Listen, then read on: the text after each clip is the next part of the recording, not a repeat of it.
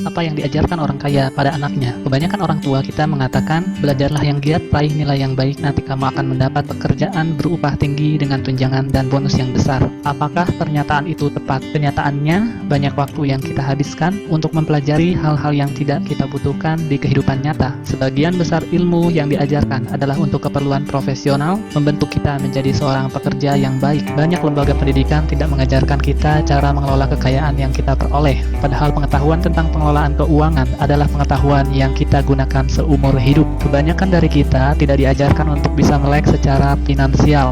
Robert T. Kiyosaki memiliki dua ayah kandung dan ayah angkat. Ayahnya yang pertama mengalami masalah-masalah keuangan di akhir hidupnya. Ayah yang lain merupakan salah satu orang terkaya di Hawaii dan meninggalkan banyak warisan. Kedua ayahnya merupakan orang yang karismatis, berpengaruh, dan sama-sama mengetahui akan pentingnya pendidikan. Namun mereka mengajarkan hal yang berbeda. Ayahnya yang miskin mengatakan, cinta akan uang adalah akar dari segala kejahatan. Ayahnya yang kaya mengatakan, kekurangan uang adalah akar segala kejahatan. Ayahnya yang miskin mengajari agar menjadi seorang yang pandai dan cerdik sehingga nantinya bisa bekerja di perusahaan besar.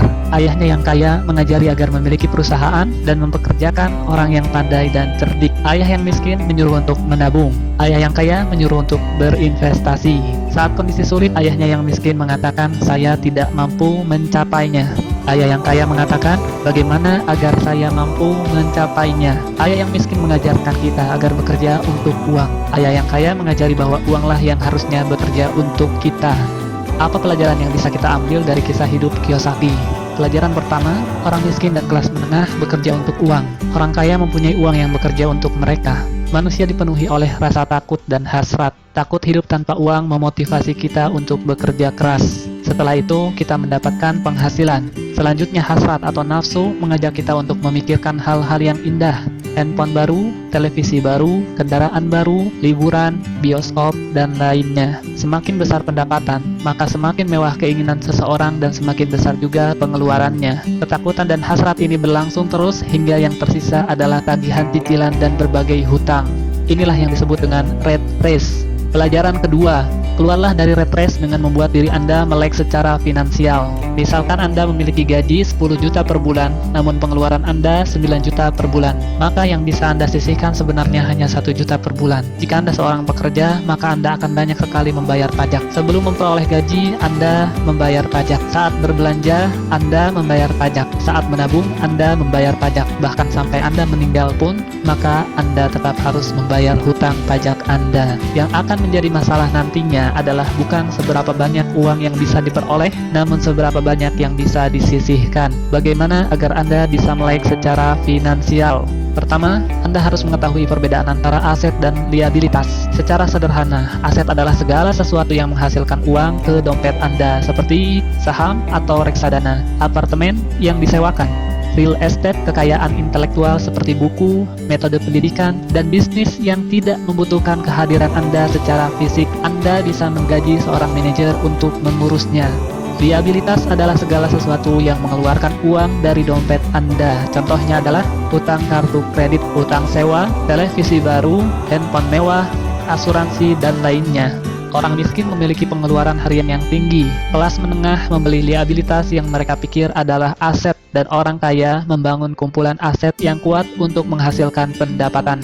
Kelas menengah mendapati dirinya berada pada pergulatan keuangan yang terus-menerus. Pendapatan utama mereka adalah gaji. Semakin tinggi gajinya, maka semakin keras mereka bekerja dan pajaknya pun semakin tinggi. Pengeluaran juga meningkat seiring peningkatan gaji, sehingga istilah rat race menjadi cocok untuk mereka. Bukannya berinvestasi di aset sesungguhnya, kelas menengah malah memperlakukan rumah mereka sebagai aset utama. Orang kaya semakin kaya karena mereka terus mengumpulkan aset dan berinvestasi untuk menghasilkan pemasukan yang akan melebihi pengeluaran mereka sendiri.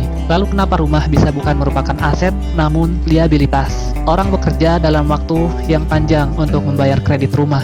Orang juga membayar untuk pajak rumah, pengeluaran untuk perawatan rumah, dan biaya lingkungan, telepon, listrik, pam. Ditambah lagi, nilai bangunan rumah itu sendiri bisa terdepresiasi atau menurun dari waktu ke waktu.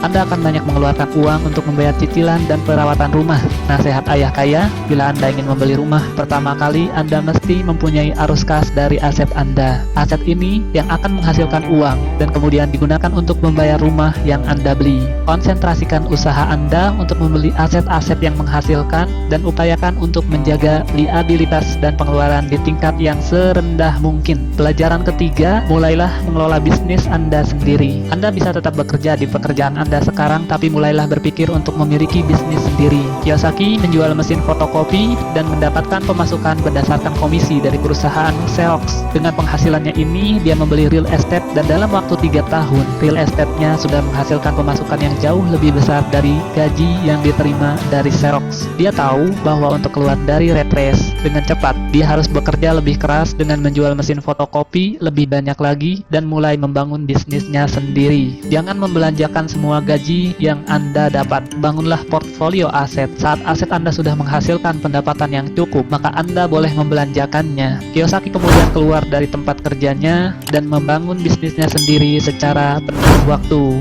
Pelajaran keempat, bayarlah diri Anda terlebih dahulu. Pajak pendapatan telah diterapkan kepada penduduk di Inggris sejak tahun 1874. Di Amerika Serikat sendiri baru diperkenalkan pada tahun 1913. Saat ini pajak yang direncanakan hanya untuk orang-orang kaya, pleset, sehingga kelas menengah dan orang miskin juga ikut terkena pajak. Kenyataannya, orang kaya selalu mempunyai cara untuk melindungi diri dari pajak yang tinggi, yaitu dengan membuat perusahaan. Perusahaan bukanlah selalu berupa fisik gedung dengan nama perusahaan dan logo yang terpampang di luarnya. Perusahaan adalah dokumen yang berada di lemari pengacara atau notaris yang sah secara hukum. Perusahaan menawarkan keuntungan pajak dan perlindungan dari jeratan hukum. Ini adalah cara yang sah untuk melindungi kekayaan Anda. Orang kaya telah menggunakan cara ini dari generasi ke generasi. Pelajarilah lebih lanjut dan temukan aturan-aturan pajak yang membawa keuntungan terbaik untuk Anda. Ayah kaya berkata, bayarlah diri Anda terlebih dahulu. Ini akan memaksa Anda untuk membuat sumber pemasukan lain untuk menutup pengeluaran Anda. Aturan sederhana ini bekerja seperti ini. Orang yang bekerja untuk perusahaan akan pertama-tama membayar pajak, lalu mendapatkan pemasukan, kemudian baru berbelanja. Sedangkan pemilik perusahaan akan terlebih dahulu memperoleh pemasukan, kemudian berbelanja, lalu membayar pajak. Para pekerja dipajaki terlebih dahulu, kemudian menggunakan apa yang tersisa. Sedangkan pemilik perusahaan menggunakan terlebih dahulu pendapatan dan membayar pajak berdasarkan apa yang tersisa.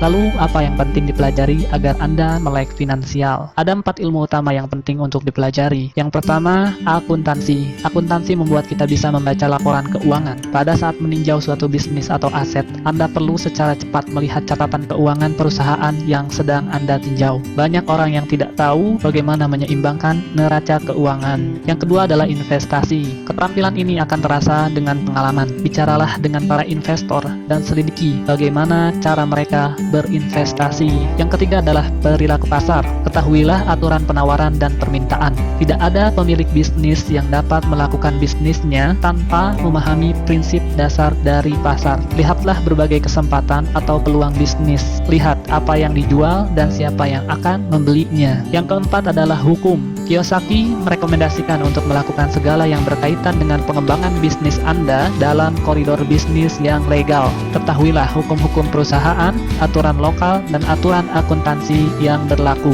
Pelajaran kelima, belajarlah untuk menjadi investor profesional. Ayah kaya menjelaskan bahwa ada 2 jenis investor. Yang pertama adalah pembeli paket investasi. Ini adalah investor yang menelepon retail outlet, perusahaan real estate, stockbroker, atau perencana keuangan dan menaruh uang Anda dalam portfolio investasi yang sudah ada. Cara ini merupakan cara tercepat dan praktis. Yang kedua adalah investor profesional. Rancang sendiri investasi Anda, lakukanlah penawaran aset-aset Anda, dan cari berbagai kemungkinan dari kesempatan yang ada. Ayah kaya sangat menganjurkan jenis investor ini. Anda perlu membangun 3 keterampilan dasar untuk menjadi investor jenis ini. Yang pertama adalah identifikasi kesempatan atau peluang yang dilewatkan oleh orang lain. Yang kedua, belajar bagaimana mengumpulkan uang atau modal. Yang ketiga, belajarlah mengelola orang-orang pandai di sekitar Anda. Belajar untuk mengidentifikasi hal yang menguntungkan Anda, namun masih tersembunyi dalam negosiasi bisnis. Contohnya, bisnis yang sebenarnya dari McDonald bukanlah hamburger yang dijual, namun real estate yang nyaris gratis di bawah gedung franchise McDonald itu sendiri. Di setiap persimpangan yang ramai dalam kota di seluruh dunia, itulah kekayaan sebenarnya dari para pemilik franchise McDonald. Yang perlu diingat adalah, dalam setiap investasi selalu akan ada resiko. Anda harus belajar bagaimana caranya mengelola resiko tersebut dan bukan malah menghindarinya. Pelajaran keenam, bekerjalah untuk belajar, bukan untuk uang. Setelah lulus, Kiyosaki memutuskan untuk bergabung dengan Angkatan Udara. Dia belajar terbang dan dia menyukainya. Dia juga belajar memimpin pasukan, yang merupakan bagian terpenting dari pelatihan kepemimpinan. Selanjutnya dia bergabung dengan Xerox, dan dia belajar untuk menghalau ketakutannya akan penolakan. Keharusan mengetuk pintu orang dan menjual mesin fotokopi membuatnya takut. Tak lama berselang, dia sudah menjadi salah satu dari 5 orang salesman terbaik di perusahaan itu. Beberapa tahun kemudian, dia adalah yang nomor 1. Setelah belajar menaklukkan rasa malu dan takut akan penolakan, dan menjadi nomor 1, dia keluar untuk mulai membangun kerajaan bisnisnya sendiri. Pelajari berbagai keterampilan menjadi seorang public relations, marketing, advertising. Ambillah pekerjaan sambilan dengan tujuan untuk belajar lebih jauh lagi, bukan untuk uang. Dalam sistem pendidikan kita, sekolah mengajarkan orang menjadi seorang profesional. Profesional akan menjadi seorang spesialis hingga mereka tak mampu bekerja di luar bidangnya dan membutuhkan serikat pekerja untuk melindungi posisi atau pekerjaan mereka. Ingatlah, Anda bisa menjadi seorang profesional, katakanlah belajar menjadi seorang pilot jika ingin belajar terbang. Namun, pada saat yang sama, mulailah berpikir untuk mengembangkan bisnis Anda sendiri. Orang kaya mendidik anaknya berbagai hal yang berkaitan dengan bisnis itu sendiri. Mereka memindahkannya dari departemen yang satu ke departemen yang lainnya, hingga ia dapat belajar tentang keterkaitan antar departemen yang ada. Spesialisasi bukanlah yang terpenting di sini, namun mengambil pelajaran di semua departemen sangatlah penting untuk modal melihat suatu bisnis secara keseluruhan. Ada 3 keterampilan manajemen yang utama. Yang pertama adalah manajemen arus kas, kedua adalah manajemen sistem, ketiga adalah manajemen sumber daya manusia. Jadi, apa saja yang kita pelajari? Yang pertama, orang miskin dan kelas menengah bekerja untuk uang. Orang kaya mempunyai uang yang bekerja untuk mereka. Yang kedua, keluarlah dari rat race dengan membuat diri Anda melek secara finansial. Yang ketiga, mulailah mengelola bisnis Anda sendiri. Yang keempat, bayarlah diri Anda terlebih dahulu. Yang kelima, belajarlah untuk menjadi investor profesional. Yang keenam, bekerjalah untuk belajar, bukan untuk uang. Ingatlah, pekerjaan adalah solusi jangka pendek untuk masalah keuangan jangka panjang Anda. Atasi hambatan Anda dan mulailah bertindak sekarang. Kenapa harus memanjat tangga karir di perusahaan bila Anda bisa memiliki tangganya sekalian? Diringkas dari buku Rich Dad Poor Dad, Robert T. Kiyosaki.